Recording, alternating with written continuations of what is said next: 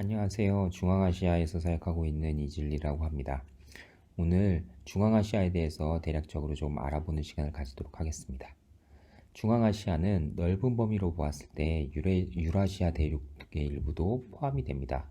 현대적 의미에서 중앙아시아는 옛 소련의 5개 공화국을 말합니다. 카자흐스탄, 키르기즈스탄, 타지키스탄, 투르크메니스탄, 우즈베키스탄이 중앙아시아에 포함되는 국가로 아프가니스탄도 가끔 중앙아시아에 포함되기도 합니다.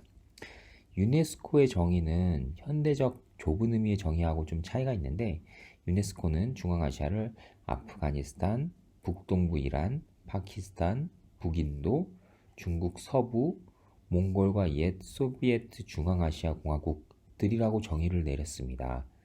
그렇지만 오늘은 주로 좁은 의미의 5개의 국가를 소개하고자 합니다. 일반적으로 구소비에트 연방에서 독립한 5개 국가를 저희가 중앙아시아라고 이야기합니다. 이들은 1991년에서 2년경 소련이 붕괴하면서 독립하였습니다. 스탄이라는 말로 끝나는 이 나라들의 이름은 페르시아어에서 유래된 말입니다. 스탄이라는 말은 땅, 국가라는 뜻입니다. 즉, 카자흐스탄이라 함은 카자흐 민족의 나라라는 뜻입니다. 구소련에서는 독립국가가 아니었지만 이 지역을 키르기즈야, 투르크메니아처럼 어떤 이야라는 어미를 붙여서 말했었습니다.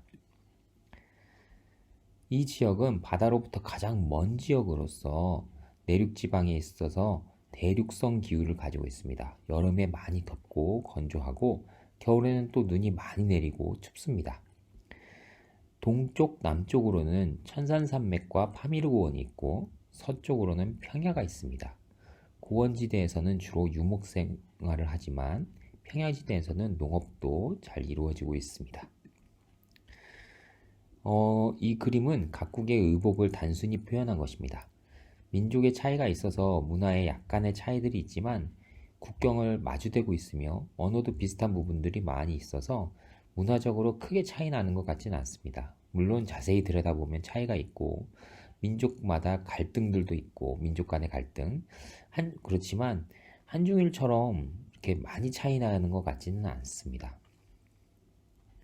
이 지도는 동서를 잇는 초원길, 비단길, 바닷길 표현한 지도인데요. 그 중에서 비단길이 지나는 곳이 중앙아시아입니다. 사막이 있지만 사이사이에 오아시스를 중심으로 형성된 도시들을 지나면서 여행에 필요한 물, 음식 등을 공급받을 수 있었기 때문에 거리상으로는 더 짧은 초원길보다 비단길이 더 자주 이용되었으며 물건의 교류뿐만 아니라 문화와 종교도 이 길을 따라 전파되었습니다. 기원 후 9에서 10세기까지는 아리아 시대라고 하며 서방의 11개 백인인 아리아인이 이곳에 진출했었습니다. 오아시스 중심으로 불교, 조로아스터교, 마니교, 네스토리안교 등 동서의 문화가 만나는 곳이었습니다. 9세기에서 18, 19세기는 투르크 이슬람 시대로 북방의 투르크계 유목민이 오아시스에 정주하게 되었고 투르크어를 사용했으며 이슬람이 이 시기에 지배적 종교로 자리 잡게 됩니다. 근현대에는 기마병으로서 유목민의 군사적 우월성이 화학무기의 발달로 사라졌기 때문에 러시아와 청나라 등에 정복당하면서 국가가 상실되었습니다. 추후 소련 붕괴 후 5개 공화국은 독립하였고 중국의 신장 위구르 지역은 한족화가 진행 중입니다. 이 지역에 기독교가 한참 후 서방 세력과 함께 들어왔다라고 생각들 하시지만 이전에도 기독교가 들어온 적이 있습니다. 추후 경교라는 이름으로 발전한 네스토리안교입니다. 네스토리우스는 428년에 콘스탄티노플의 대주교가 되었던 인물입니다. 그는 431년 에베소 공의회에서 그리고 451년 칼케톤 공의회에서 이단으로 선고되었습니다. 공의회라는 것은 요즘의 교회들이 총회 같은 것입니다. 네스토리우스는 페르시아로 망명하여 그곳에 교회를 세웠는데 그것이 네스토리우스파입니다. 그들은 페르시아를 중심으로 하여 인도, 중앙아시아, 그리고 중국으로도 선교를 하였습니다. 중국에서는 그들을 경교라고 이름하였습니다. 그리고 중국의 당나라 시대에 한국의 신라와 많은 교류를 가진 관계로 그 경교가 한반도에도 소개되었을 가능성이 있습니다. 지금도 시리아, 이라크, 이란 지역에 이 네스토리안교가 남아 있습니다. 네스토리우스는 마리아에 대해 하나님의 어머니가 아니라 그리스도의 어머니다 라고 주장을 했습니다. 또 그리스도는 인성과 신성을 구별해야 한다고 했습니다. 지금 관점으로는 심각한 문제가 아닌 이러한 주장이 정치가이자 교권파였던 시릴에게 밀리면서 431년에 에베소 의회에서 이단으로 정죄됐습니다. 다른 종교들도 비슷하듯이 전해지는 과정에서 토착 종교 혹은 불교와도 어느 정도 섞이는 모습을 보이기도 했습니다. 소련이 붕괴된 이후 얼마 되지 않았을 때의 주요 민족 분포 지도입니다. 색이 칠해지지 않은 부분은 사람이 거의 살지 않는 곳입니다. 지도를 보면 각 민족별로 어느 정도 모여 살고 있었음을 알 수 있습니다. 민족 분포도 원 그래프를 좀 자세히 보도록 하겠습니다. 소련 붕괴 거의 직후인 자료라서 러시아인의 민족 분포가 좀 높게 나타나고 있습니다. 이후 각국에서는 민족주의 정책을 펴나갔기 때문에 러시아인 비율은 점점 줄어들고 있습니다. 하지만 우리나라처럼 단일민족 국가가 아니기 때문에 때로는 민족 분쟁도 일어납니다. 주 민족이 있어서 그 민족의 이름을 따서 나라에 이름을 붙였지만 사실은 다민족 국가인 것입니다. 아시다시피 무슬림 국가이지만 러시아인의 전통 종교인 러시아 정교회가 러시아인 중심으로 있습니다. 외국에 가면 한인교회가 한인사회에서 중요한 역할을 하듯이 러시아 정교회도 그 나라의 소수인 입장에서 비슷한 역할을 하는 것 같습니다. 소비에트 연방 시기엔 공산주의였기 때문에 무신론이 지배하여서 러시아 정교회를 포함한 모든 종교가 박해를 받았습니다. 독립 후 이 지역 민족의 전통 종교라고 여겨지던 이슬람이 민족주의의 영향으로 더 발전하게 되었습니다. 그러나 각종 명절이나 국경일 등은 러시아 정교회와 소련의 영향을 많이 받았습니다. 여기 사진에 보이는 것은 제가 사는 지역에 있는 러시아 정교회의 모습입니다. 각국의 상황을 비교하기 쉽도록 한국의 기준으로 대략적으로 제가 계산을 좀 해봤습니다. 카자흐스탄은 한국의 면적이 27배, 우즈베키스탄은 5배, 타지키스탄은 2배, 키르기즈스탄은 1.5배, 투르크메니스탄은 5배 정도 됩니다. 그에 비해 인구수는 카자흐스탄이 면적이 제일 넓지만 한국의 0.4배, 우즈베키스탄 0.8배, 타지키스탄 0.2배, 키르기즈스탄 0.12배, 투르크메니스탄 0.11배로 인구수가 매우 적은 편이고 따라서 인구 밀도가 낮은 편입니다. GDP는 여기 보시다시피 이 중에서 가장 잘 사는 나라라고 볼 수 있는 카자흐스탄이 한국의 0.1배 수준에 머물러 있고 타지키스탄, 키르기즈스탄은 특히 GDP가 많이 낮은 상태를 보이고 있습니다. 이는 원유나 혹은 가스 같은 그런 천연자원의 영향이 좀 있는 것 같습니다. 그래서 타지키스탄이나 키르기즈스탄은 그런 천연자원이 좀 더 많이 부족하기 때문에 이렇게 발전이 좀 늦는 것 같습니다. 그리고 이슬람의 비중을 보면 대략 이렇습니다. 이슬람 나라라고 할 수 있을 정도로 많은 퍼센트를 이슬람교가 차지하고 있습니다.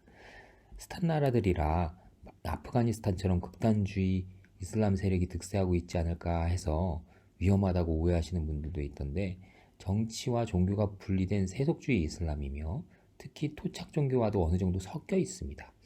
기복신앙 같은 느낌이며 자신을 무슬림으로 생각하지만 시간에 맞춰서 기도하거나 라마단 금식을 지키지 않는 사람들도 어느 정도 되는 편입니다. 그리고 이 지역에 한국과 연관된 특징이 있다면 고려인을 뽑을 수 있습니다. 일제강점기에 연해주 지역으로 망명이나 혹은 먹고 살고자 이주했던 한국인들이 많이 있었습니다. 그러다 그 지역에서 토지 분배 문제로 갈등이 생기자 1937년 스탈린은 일본과의 전쟁을 앞두고 한인이 일본의 첩자 역할을 할 거라는 군사적인 우려와 또 중앙아시아의 낙후된 지역을 이들의 노동력에 의해 개간한다는 경제적 목적 하에 17만 명의 한인을 중앙아시아 지역으로 강제 이주시켰습니다. 필요한 것들을 제공하고 보상하겠다 약속은 했지만 지켜지지 않았고 이들은 척박한 땅에서 스스로 살아남으며 성장했습니다. 특히 이 지역 농업 발전에 이바지를 많이 했고 자녀 교육에 노력을 기울여 전문인 집단에 진출을 많이 했습니다. 세대가 지나 지금 고려인 3, 4세가 되어서 그 시절의 한국어를 완전히 지키고 있지는 않지만 한인 선교사들이 정착하는 데 도움이 되기도 하고 교두보 역할을 많이 하였습니다. 다음 그래프는 민주화 정도를 나타내는 지도입니다. 붉은색일수록 독재 등으로 민주화가 더딘 지역인데 중앙아시아는 대부분이 적색입니다. 소련 붕괴 이후 주로 독재 정권들이 정권을 잡고 세력을 유지해 왔습니다. 그중 키르기즈스탄은 몇 번의 사태를 겪으면서 정권 교체들이 일어났고 그나마 민주화 정도가 많이 높아졌습니다.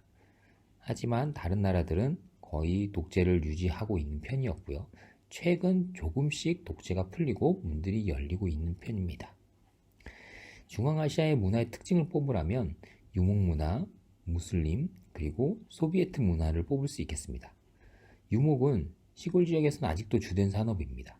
가족 단위로 이동하면서 살던 습관은 시족사회의 중요성이 강조되고 전통이 중요시되고 있습니다. 무슬림 문화는 태어나면서부터 자연스럽게 받아들이며 성장하게 됩니다. 마치 우리나라의 유교 같은 그런 느낌입니다.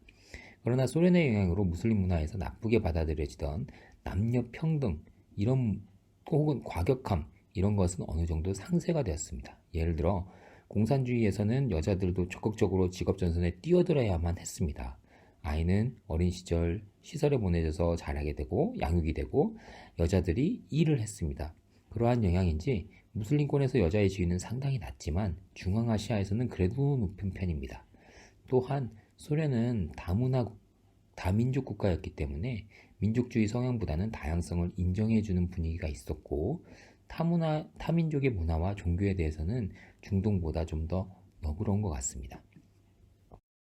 의료적인 측면에서 보면 급여가 낮기 때문에 좋은 인재들이 러시아로 많이 빠져나갔습니다. 국가가 의료를 관여하다 보니까 급여를 많이 주지 않고 이는 결국엔 부정부패로 이어질 수밖에 없습니다. 치료를 빨리 받고 싶은 사람은 이렇게 뒷돈을 주면서 빠른 치료를 요구하고 그런 부분들이 부정부패로 이어지게 되고 따라서 사회주의의 잔재 때문에 의료인들은 자기 개발의 의지가 많이 좀 부족해지고 있습니다.